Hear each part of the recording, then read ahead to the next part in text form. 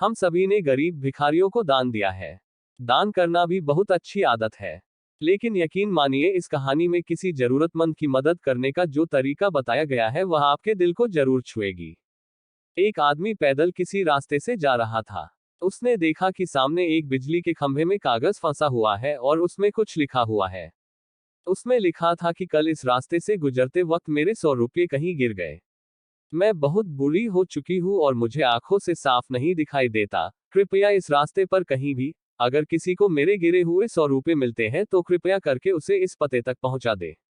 नीचे दिए गए पते को पढ़ने के बाद उस व्यक्ति का मन वहां जाने को करने लगा। उस व्यक्ति ने पते को याद किया और वहां की तरफ को निकल पड़ा।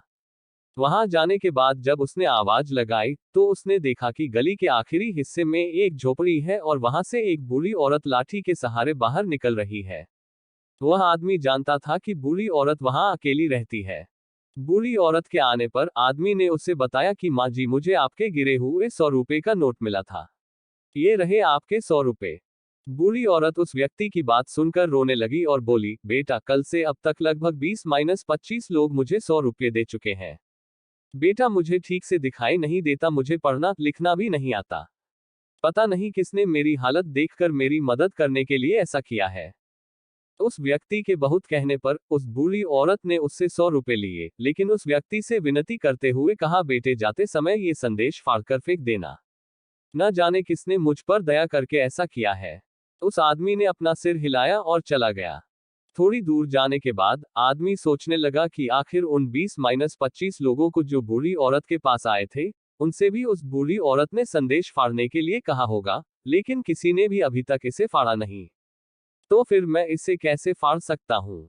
उस व्यक्ति के मन में उस व्यक्ति के लिए बहुत ही आदर आ रहा था, जिसने इस तरह से बूढ़ी औरत की सेवा करने का रास्ता खोज लिया। उस व्यक्ति के लिए उसका मन कृतज्ञता से भर गया। फिर क्या था, उस व्यक्ति ने भी खंभे में लगे उस संदेश को वैसे ही रहने दिया।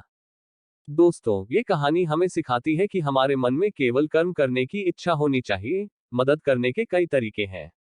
अगर हमारे अंदर किसी की मदद करने की इच्छा है तो हम किसी न किसी रूप में जरूरतमंदों की सेवा कर सकते हैं। कर्म तेरे अच्छे हैं तो किस्मत तेरी दासी है।